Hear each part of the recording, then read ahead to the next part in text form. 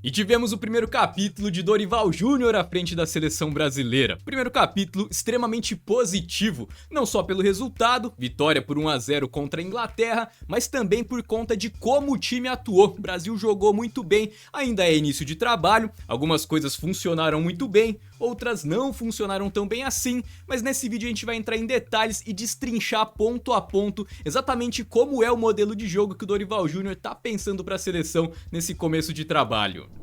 E vamos começar dando uma olhada na primeira escalação do Dorival para o Brasil. Bento no gol, linha defensiva com Danilo, Fabrício Bruno, Beraldo e Wendel.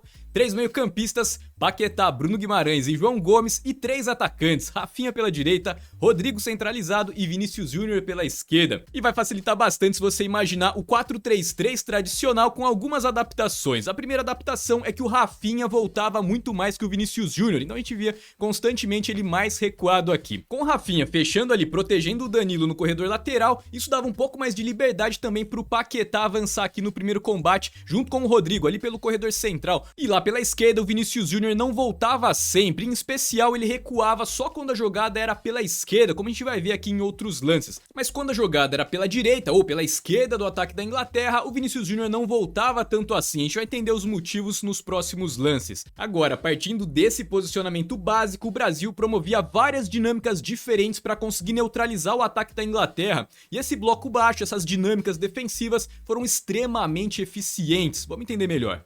Ó, dá uma olhada nessa jogada. A Inglaterra vai trazer a bola aqui pela esquerda, direita da defesa, e perceba como o Vinícius Júnior não vai recuar.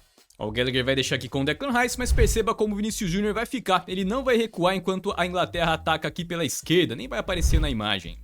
Aqui o Brasil organizado na defesa, respeitando aquela mesma estrutura, jogada pela esquerda do ataque, direita da defesa, Rafinha bem recuado, o Rodrigo fechando bastante aqui pelo corredor lateral e o Vinícius Júnior não voltou, ele tá mais solto à frente. E como você pode perceber pela imagem, a Inglaterra tem 2 jogadores que podem explorar a inversão da jogada, mas o Dorival Júnior armou um sistema de cobertura pro Vinícius Júnior, porque como você vai perceber nos próximos pontos da análise, o fato dele não voltar é fundamental pros contra-ataques, a maior arma do Brasil nessa partida.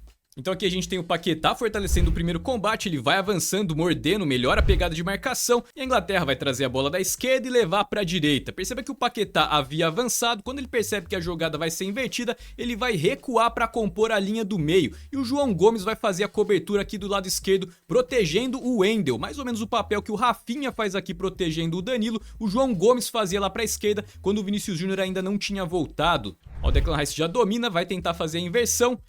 Abre com o Bellingham e olha o João Gomes bem aberto aqui, dá um pouco mais de tempo para o Vinícius Júnior recompor, mas o principal é que você mantém 3 jogadores aqui no corredor central, principalmente com o Rodrigo aqui ajudando a fechar o espaço. Isso porque o Paquetá agora ele atua como um volante, então o Brasil acaba com 2 volantes aqui, o Paquetá e o Bruno Guimarães.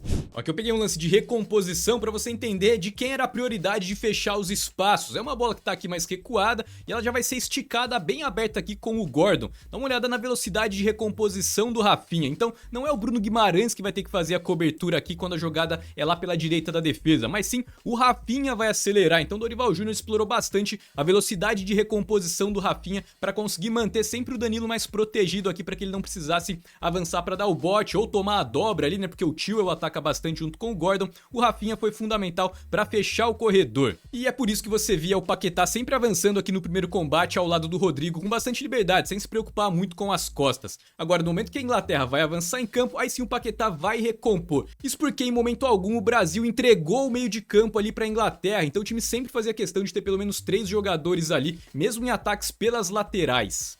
Então a bola vai chegar lá no Gordon, o Chilwell vai passar. O Rafinha acelera, né, impede o 2 contra 1 aqui pra cima do Danilo, mas perceba como o Brasil tem os 3 meio-campistas aqui prontos pra fecharem o espaço onde o Gordon vai trazer pra batida e o Brasil recupera mais uma posse de bola. Então era dessa maneira que o Dorival Júnior armou a seleção brasileira pra conseguir, ao mesmo tempo, fechar bem o corredor central, fechar bem os corredores laterais, mas também ao mesmo tempo oferecer liberdade pro Vinícius Júnior, não exigir tanto assim dele na marcação. Isso vai ser fundamental nos próximos pontos da análise, guarde essa informação. Agora em bloco alto a eficiência não foi tão alta assim, isso porque o Brasil tinha um desencaixe de marcação justamente pelo corredor central, então quando o time estava fechado em bloco baixo não oferecia esse espaço. Agora à medida que o time ia subindo o seu bloco de marcação, acontecia um desencaixe, vamos entender exatamente como ele funcionava. Geralmente o Vinícius Júnior ele abandonava aqui a ponta esquerda e ele avançava para pressionar o zagueiro direito da Inglaterra, nesse caso aqui é o Stones, e o Rodrigo ele ficava pressionando o Maguire. Então Vinícius Júnior e Rodrigo eles pressionavam Stones, Pickford e Maguire, 3 contra 2 ali, considerando que o goleiro participava bastante da saída de bola. Pelos lados do campo começa o desencaixe de marcação. Pela direita tranquilo, o Rafinha marcava o Chilwell, não tinha dúvida em relação a isso. O Paquetá geralmente avançava um pouco mais e como o Declan Rice recuava bastante, geralmente era eles que batiam de frente aqui um com o outro, e um outro meio campista, geralmente o João Gomes, mas o Bruno Guimarães também fez essa função, avançava para marcar o Walker. Agora se a gente pensar nas formações dos dois times, 3 meio-campistas contra 3 meio-campistas, e o problema tá justamente nisso, quando você coloca um dos meio-campistas para avançar e pegar a descida do lateral adversário, você acaba ficando com apenas 2 jogadores contra 3 do adversário. Então a Inglaterra vai trocar passes na saída de bola, atrai o bloco de marcação do Brasil e no momento que rompe a primeira linha, dá uma olhada no que acontece.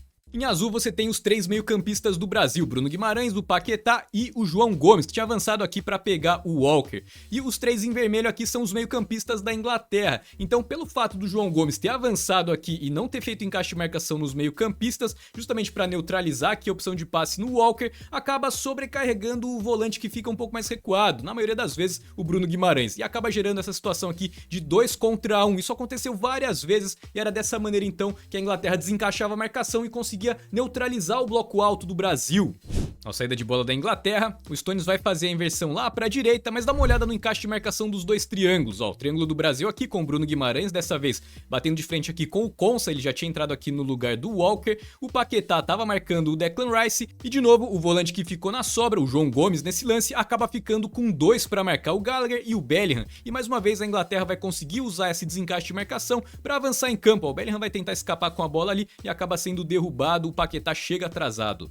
A outra saída de bola da Inglaterra, olha só, boa troca de passes, porque a Inglaterra acabava ficando sempre com um homem livre. Agora o mérito do Brasil, sem sombra de dúvidas, foi a recomposição, em especial o Danilo aqui jogou muita bola, neutralizando essas construções rápidas da defesa. Aqui outra boa troca de passes da Inglaterra para romper então essa primeira linha e aproveitar esse homem livre pelo meio de campo, mas perceba a velocidade de recomposição do bloco do Brasil. Em poucos segundos o Brasil já tem praticamente 9 jogadores atrás da linha da bola, postado ali nas suas duas linhas, e mesmo então que o bloco alto não funcionasse tão bem para conseguir recuperar a posse de bola, o Brasil tinha uma recomposição invejável, então o time não ficava exposto a um ataque ao bloco avançado. É verdade também que a Inglaterra não conseguiu ter velocidade para conseguir fazer suas construções aproveitando a pequena janela de oportunidade. Nesse cenário, o Harry Kane, falando da Inglaterra, fez muita falta. Ele provavelmente exploraria muito mais esses espaços que o Brasil estava oferecendo, recuando ali como elemento surpresa, porque os dois zagueiros do Brasil não avançavam para caçar, para tentar neutralizar esse desencaixe ali pelo corredor central. Vamos dar uma olhada aqui nos gráficos, olha só, ataque posicional da Inglaterra. Aliás, ataque posicional não tem nada a ver com jogo de posições, hein, pessoal? Já falei isso aqui várias vezes,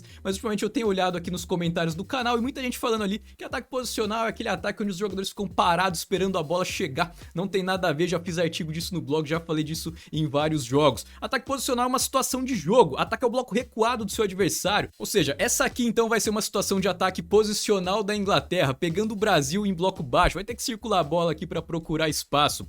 Dá uma olhada então no volume de ataques posicionais da Inglaterra. De fato foi muito superior ao do Brasil, olha só, as bolinhas vermelhas são todas as tentativas de ataque, mas a verdade é que mesmo oferecendo um alto volume de ataques ao bloco recuado, a Inglaterra não foi tão eficiente assim para conseguir superar o bloco do Brasil. Se a gente comparar então com os ataques posicionais do Brasil, ó, em termos de volume, olha só, essa é a linha aqui então de ataques posicionais do Brasil. Volume bem inferior. Então se você olhar aqui as forças da Inglaterra para essa partida, o melhor cenário para o time inglês era justamente aqui, ó. nas bolas paradas, em especial nas faltas levantadas para a área, uma situação onde o Brasil apresentava uma pequena vulnerabilidade na segunda trave. Foram 7 faltas que a Inglaterra poderia levantar para alguém cabecear e as 7 vezes o time cobrou na segunda trave e nas 7 vezes tava lá o Maguire e mais um jogador. E uma coisa que o Maguire faz bastante é isso, ó, no momento que o cobrador corre para a bola, ele meio que sai do impedimento trombando com o jogador que tá na frente dele, nesse caso aqui é o Fabrício Bruno. Ele dá aquela empurradinha ali para tentar cabecear em vantagem.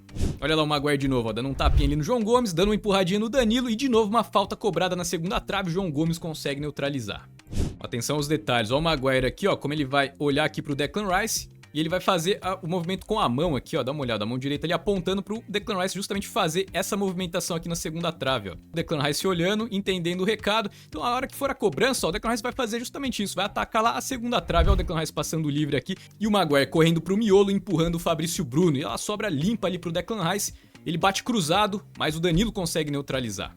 Então a Inglaterra forçava bastante essas jogadas na segunda trave, seja pro Maguire cabecear, seja para alguém fazer o arco e aparecer livre quando o Maguire invadisse a área mais por dentro. Mas o Brasil conseguiu neutralizar todas as faltas, com exceção daquela do Declan Rice, que ele passou livre na segunda trave, mas a bola foi muito fechada e o Danilo conseguiu neutralizar. Com exceção daquela, o Brasil conseguiu neutralizar todas as faltas levantadas para a área no primeiro tempo, e não foram poucas, foram 6. Agora, no segundo tempo, o Dorival mudou o posicionamento, ele colocou o Fabrício Bruno para fazer a marcação individual do Maguire, talvez justamente percebendo essa movimentação e percebendo também que a Inglaterra estava forçando apenas as jogadas em cima dele. E dá uma olhada no que aconteceu na primeira falta do segundo tempo. Lá em cima do seu vídeo você já vai ver o Maguire se enroscando aqui com o Fabrício Bruno. Agora eu já vou dar um spoiler aqui, vai ter aquela movimentação cruzada e o Gordon vai fazer o arco aqui para aparecer livre na segunda trave, enquanto o Maguire e o Stones correm para tentar escapar da marcação, mas buscando ali a movimentação diagonal para dentro. Então olha lá, Maguire se enroscando com o Fabrício Bruno, Gordon já se mandando aqui pelo lado esquerdo.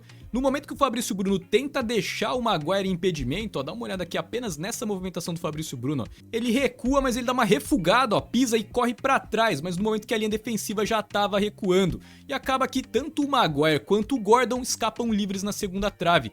E o Gordon vai ter essa oportunidade de finalização livre, completamente aberto no bico da pequena área. E o Bento faz uma excelente defesa para salvar o Brasil.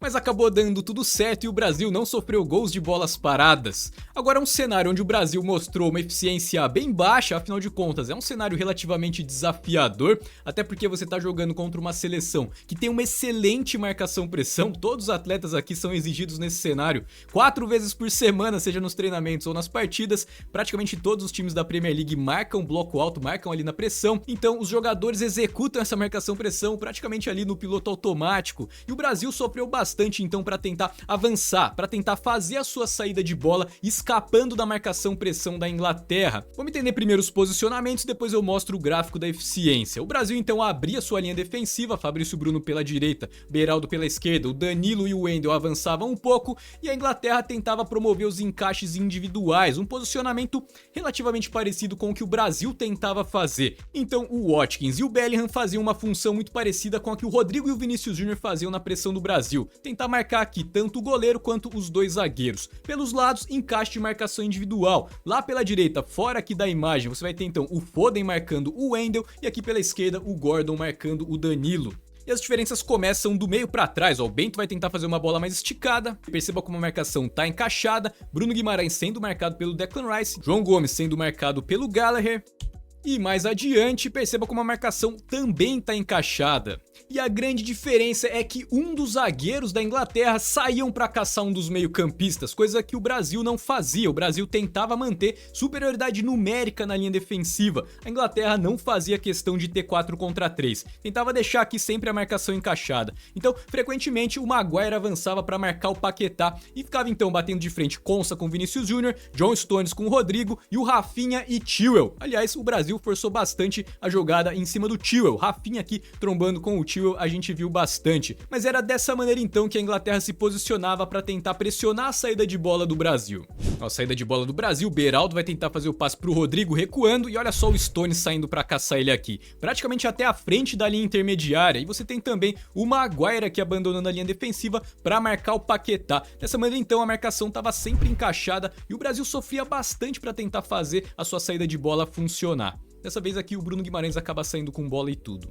Uma outra diferença fundamental também é que se a gente pensar nos defensores do Brasil, basicamente então a gente tem, até considerando aqui o Bento, a gente tem o Fabrício Bruno, o Bento e o Beraldo. O Beraldo tá jogando no PSG, mas não faz tanto tempo assim, ainda não tem várias temporadas lá na Europa. Aqui no Brasil os times são menos exigidos nessa construção desde a última faixa do campo, são poucas as equipes que pressionam com bastante intensidade. E justamente por conta disso, a gente via claramente que Bento, Fabrício Bruno e Beraldo não tinham carta branca para assumir riscos, então qualquer pressão um pouco mais encaixada, eles já tentavam fazer uma bola mais longa, o que acabou inflando então um pouco as posses de bola que a Inglaterra conseguia recuperar. Então perceba que no momento que a bola chega no Beraldo, ele já vai girar o corpo e vai fazer uma bola mais longa, sem assumir muitos riscos na saída de bola, e a Inglaterra consegue recuperar.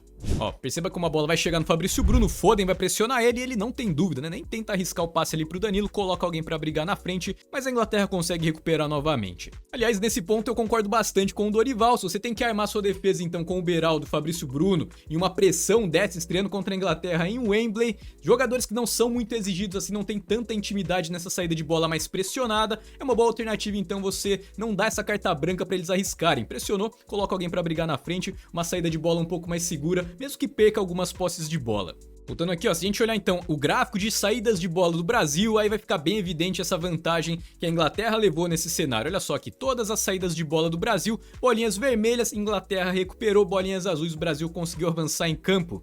Basicamente, a pressão da Inglaterra foi muito intensa ao longo do jogo todo e foi muito eficiente além disso. Ó, dá uma olhada no totalizador que isso fica mais claro ainda. 72% das saídas de bola do Brasil terminaram com posse de bola da Inglaterra. Mas curiosamente, se a gente voltar aqui na linha do tempo, você vai perceber que tem sim uma chance clara de gol, mas ela acabou dependendo de um cochilo de marcação na origem da jogada e um erro grotesco no destino. E essa chance clara aconteceu aos 41 do primeiro tempo, um momento onde a Inglaterra deu uma aliviada na marcação-pressão, ficou ali posicionada com seu bloco avançado, mas não pressionou o portador da bola, e o Bruno Guimarães soube aproveitar muito bem essa vantagem para tentar um lançamento para o Rafinha no Chilwell novamente. O Rafinha briga, o Maguire recupera, mas ele acaba cometendo um erro e o Rafinha sai na cara do Pickford, mas acaba desperdiçando a chance. Mas não deixa de ser uma construção rápida da defesa com um potencial de perigo altíssimo. Agora, se a gente pegar então todas as chances claras de gol que o Brasil teve mais chances que a Inglaterra, como a gente já viu, das 5 chances, 4 foram nos contra-ataques e todos eles contra-ataques iniciados na defesa, contra-ataques de transição rápida. E aí a gente volta lá naquele primeiro ponto sobre a grande vantagem de você não exigir tanto assim do Vinícius Júnior recompor o bloco ali pelo lado, um dos motivos que levaram até o Tite a tirar o Vinícius Júnior no jogo contra a Croácia, como a gente já viu aqui em outra análise do canal. Aqui a gente tem então o Vinícius Júnior, perceba como a jogada da Inglaterra vai vir pela esquerda do ataque, direita da defesa do Brasil, e nesses casos o que acontece? O Vinícius Júnior não precisa voltar, mesmo que o Walker esteja atacando aqui, mesmo que o lateral adversário esteja passando, Vinícius Júnior não precisa voltar, confia aqui no poder do João Gomes fazer a cobertura. Mas a Inglaterra acaba errando, e olha o que o Paquetá faz, já domina tirando o Gallagher, e agora você tem o Vinícius Júnior pronto para atacar as costas da linha defensiva. E um outro ponto muito importante, além de estar pronto para receber o lançamento nas costas, ele também acabou atraindo o Walker. O Walker desistiu de atacar e voltou aqui para tentar fechar o Vinícius Júnior. Isso acaba então matando o perde e pressiona, você acaba espaçando um pouco mais a linha defensiva da linha do meio, impede aquela dobra, aquele perde e pressiona mais intenso. Facilita então as saídas em contra-ataque, basicamente é isso. Belíssimo lançamento do Paquetá, coloca o Vinícius Júnior na cara do gol, mas ele não bate com força e o Walker consegue salvar a Inglaterra. Grande chance do Brasil. E aqui a gente tem uma tentativa de ataque da Inglaterra pela esquerda, o Danilo, mais uma vez, monstro ali na lateral direita, consegue recuperar, Paquetá esconde a bola e tabela com o Bruno Guimarães, escapa nas costas do Gordon e vai puxar o contra-ataque mais uma vez pro Brasil. E olha quem aparece aqui, justamente o Vinícius Júnior, que começa a jogada sempre mais aberto aqui pela esquerda, mas quando o contra-ataque vem do corredor direito, ele fecha aqui para ajudar a dar prosseguimento na jogada. Nem sempre então ele fica só espetado na linha defensiva para receber o lançamento, ele ajuda muito na construção, como é o caso desse lance, vai meter de 3 dedos ali para ultrapassagem do Rafinha e o Brasil vai conseguir escapar do perde-pressiona da Inglaterra. Paquetá acaba errando a finalização.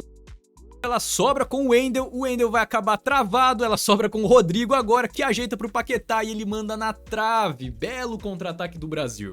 Olha o Gordon puxando pra perna direita, fazendo a finalização. Então, jogada pela esquerda, o Vinícius Júnior não tá aqui fechando espaço, ela sobra lá com o Wendel. Agora, como o Vinícius Júnior tá mais longe, ele tem várias possibilidades. Ele pode fazer a diagonal de dentro pra fora, fazer a diagonal de fora pra dentro, recuar sendo apoio, atacar as costas da defesa. Então, com mais espaço, saindo ali da intermediária, ele fica mais imprevisível e aí ele consegue até fazer coisas como essa. Um drible ali sem tocar na bola e sofrer a falta. E o gol do Brasil foi bem simbólico. Declan Rice tenta fazer o lançamento pro Gomes. O Danilo consegue neutralizar, ela sobra com o Savinho, que não tenta cavar a falta e não tenta tocar pra trás. Ele vai fazer o quê? Ele vai acelerar com a bola dominada, escapa do Mainu, é travado ali pelo Rashford, mas a bola vai ficar viva e sobra com o Andrés Pereira. Agora atenção à movimentação do Vinícius Júnior, que a princípio ele tava em impedimento. Agora perceba como ele volta, estica o braço ali no peito do Stones, sai do impedimento. E além de tudo, não deixa o Stones ganhar a sua frente.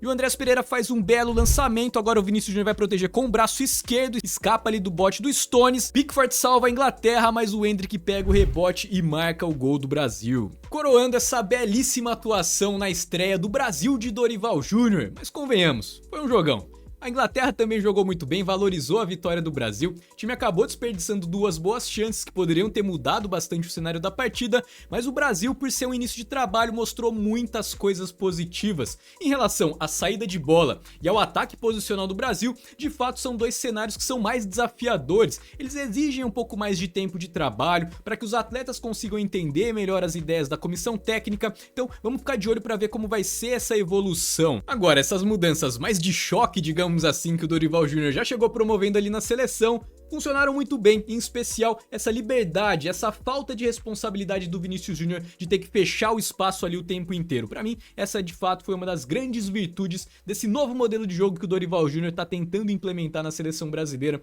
e que tem bastante potencial. Outro ponto louvável também dessa seleção brasileira é a velocidade de recomposição e a velocidade que o time saía em contra-ataque, ou seja, o time correu demais, o time estava muito focado e sabia muito o que fazer, jogou com muita vontade, muita intensidade e até conseguiu equilibrar. Se existia um desnível técnico, equilibrou na força, na raça, no coração, e deu gosto de ver essa seleção brasileira jogar, atuar em Wembley e ter uma atuação tão convincente assim, com tanta intensidade, com tanta entrega e com tantas chances claras de gol.